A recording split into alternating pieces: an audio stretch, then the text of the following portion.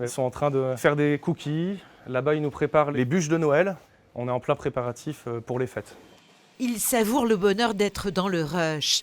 Ulysse Toulet est fier de nous accueillir dans son atelier de production, 300 mètres carrés dans la pépinière de cette zone d'activité de la communauté de communes des 7 vallées.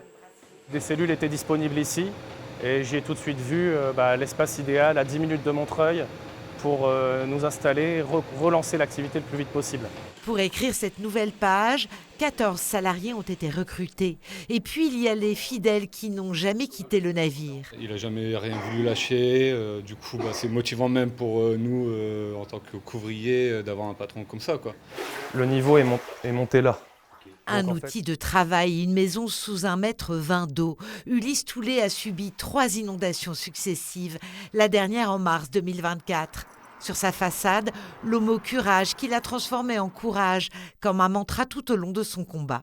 Au final, on s'en est sorti avec les moindres indemnisations d'assurance, la revente de nos anciens locaux à l'État pour un peu moins de la moitié de la valeur du bien au final. Au niveau des banques, c'est toujours plus compliqué. Un banquier est frileux même quand il fait 35 degrés. Donc voilà, c'était... Au moins, on avait la certitude que la clientèle serait là à notre prise. Les clients justement de retour dès l'ouverture de la boulangerie temporaire, avant celle de la définitive, le mois prochain, sur la Grand Place de Montreuil. Quand il y a eu les inondations, la priorité c'était de revenir au plus vite pour prouver qu'on était toujours là et qu'on aimait toujours autant son bon pain.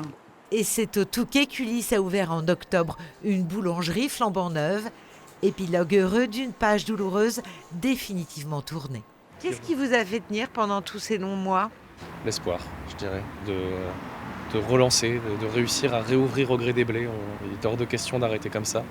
Et puis un peu la vision aussi que j'avais de cette relance, c'est-à-dire des boutiques qui reflètent la qualité de nos produits. C'est un peu la vision et l'espoir qui m'ont poussé à aller au bout avec beaucoup de conviction.